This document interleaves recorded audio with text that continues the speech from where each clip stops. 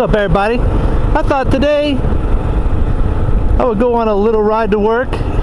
It's raining, as you can see, and I would share with you some safety tips for riding. So stay tuned for that, and we'll get started. Okay, tip number one. Cha-ching! Tip number one for riding in the rain: be careful. Be very, very careful. Be more careful in the rain than you are when it's not raining. Tip number two: make sure you have some kind of weatherproof or weather-resistant clothing, because if you don't, you're going to be miserable. If you've never been caught in the rain, I don't care if it's cold, hot, mild, it sucks.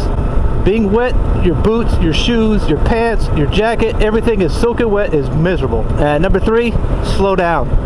Everything you do, go straight, turn, stop, start, go slower than you normally do. Really, I don't know what else to say. I mean, there's a million other tips. The great Egret posted a moto vlog earlier, and he gave his tips for riding in the rain, and I will link his video in the description. He gives some pretty good tips.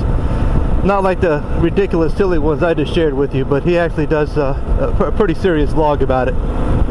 So let me get on the road here and keep on going.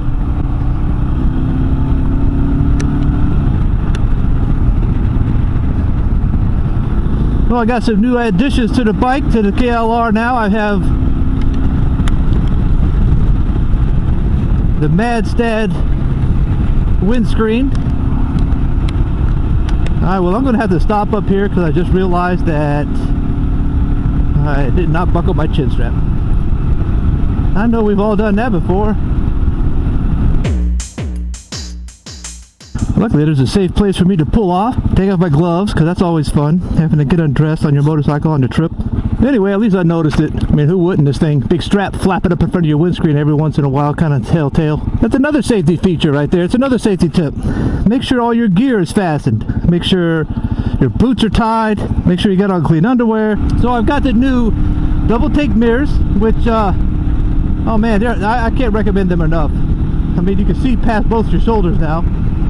I got the Madstad windscreen, which helps. I mean, I could probably lower it. I got to go above the top of my helmet to feel any wind. I got the IMS shifter put on, SW Motec crash bars. I got the Ricochet skid plate, and I got the Eagle Mic fork brace. So this windscreen is, I can feel some buffeting coming from somewhere, but it's really not in my face. It's on my shoulders, so it must be coming around the sides of it. It might have been Scratch Babble talking about this Madstad windscreen, where after you put it on, you don't realize how fast you're going. As is with the stock windshield, if you're going 60 miles an hour, you can feel it. And it is a lot different now, quite honestly. And I'll link his description, or his video, in the description as well, because he's got some good video content out there with reviews on some of the things he put on his KLR as well. I'm going 60, 65 miles an hour here, and I'm about to get past, which is not unusual on this road. I don't care how fast you go, somebody's going to go around you. Probably slow down, let him go. Well, this is not really rain, it's just a light, misty rain. It's definitely coming down, but not bad. I'm barely getting anything on the windscreen. On my helmet visor, I should say, not the windscreen. Oh, there it is. I knew I smelled the skunk. Pepe Le Pew right there in the road. It's been a while since I've been on the bike. Feels good, even in the rain. Oh yeah, I also put some off-road pegs on the bike too, which and I'm glad I did, because now that it's raining, I don't have to worry about my feet slipping off the pegs. Not that I'm going to stand up or anything, it just feels more secure. And now that shifter, you know, it's a little bit longer, and from these big old boots that I wear, these built Discovery boots, it makes it easier to get under the shifter than it did. Not that it was difficult, but you had to, you kind of like had to consciously point your foot down to get under the shifter, which is no big deal, but this is a lot better.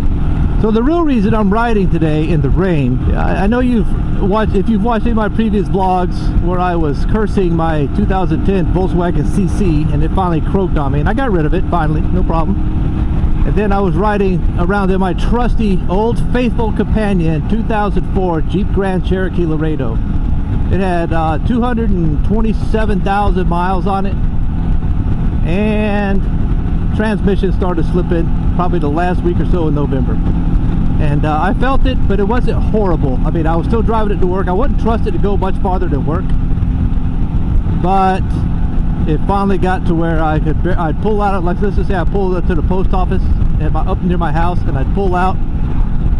And you ever owned a car or even a motorcycle when you pull the clutch in and you rev the throttle and it doesn't go anywhere? Well, that's what the car was doing, and the transmission would finally catch. Well, I decided that it was becoming too unreliable, and I had to start looking for another vehicle, which I didn't want to. I mean, it's fun not having a car payment, and my wife's got a car, so it's not like we're going to be walking everywhere. And I had this motorcycle. I could ride it in this weather, but I'm not going to ride it in the ice and the snow. So I went out and bought a used truck. I found a 2015 Ram. So I bought that on December 13th. Last Tuesday, hit a deer. Hit a deer on my way home for getting groceries.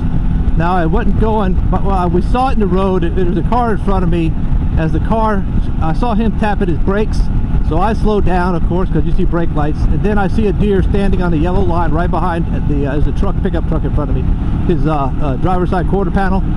So I started slowing down some more, and the deer decided the way it was going to go was right in front of me. So I slammed on the brakes, and I clipped it with the right front part of the truck. The damage it did, it put a small dent in the chrome bumper. It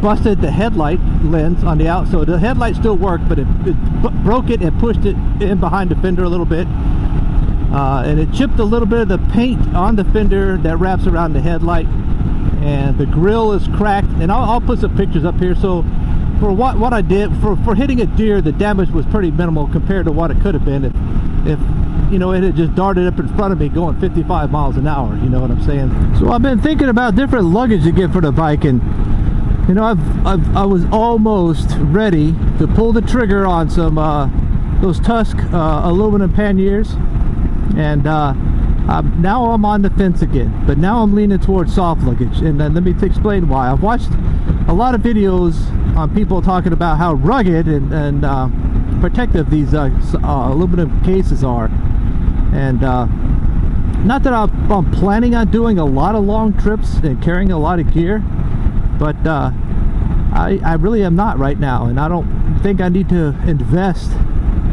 It's not even the money right now, it's the fact of the weight of those panniers, and the racks you have to get on them are pretty damn heavy. You know, I think what, about 20 pounds or more, or maybe more than that. 25-30 pounds for the rack and the panniers. That's not even with any gear in them. And I can't remember the name of his channel, Motorcycle Adventures. I don't remember. He's Eastern European, I believe. He's got a real heavy accent, and but the guy goes on some nice trips over there, you know, in Germany and Ukraine and Poland, and I think he's got I think it's a DRZ400 motors. I'm not sure, so I don't remember.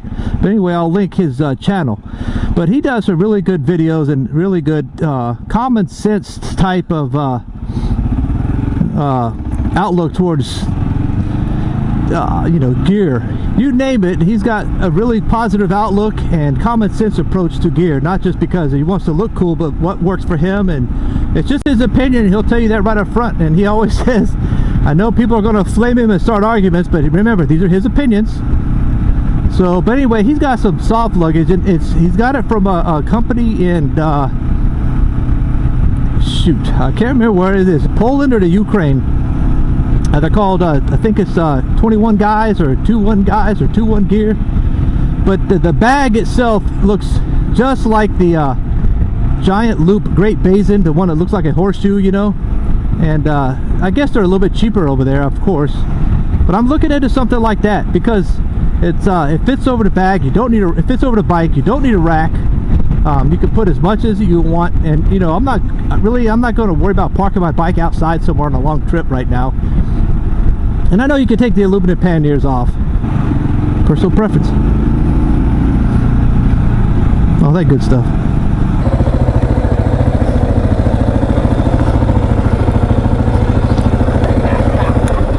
Had to ride it this morning. It wasn't bad. No, it won't. I ain't got to walk no more. What's that? I ain't got to walk no more. You got it? Yeah. Get the one you wanted? Yeah, big. I can ride 2 people on that one. What's that? I can ride 2 people. Oh, is that right? They got foot pegs. Ah.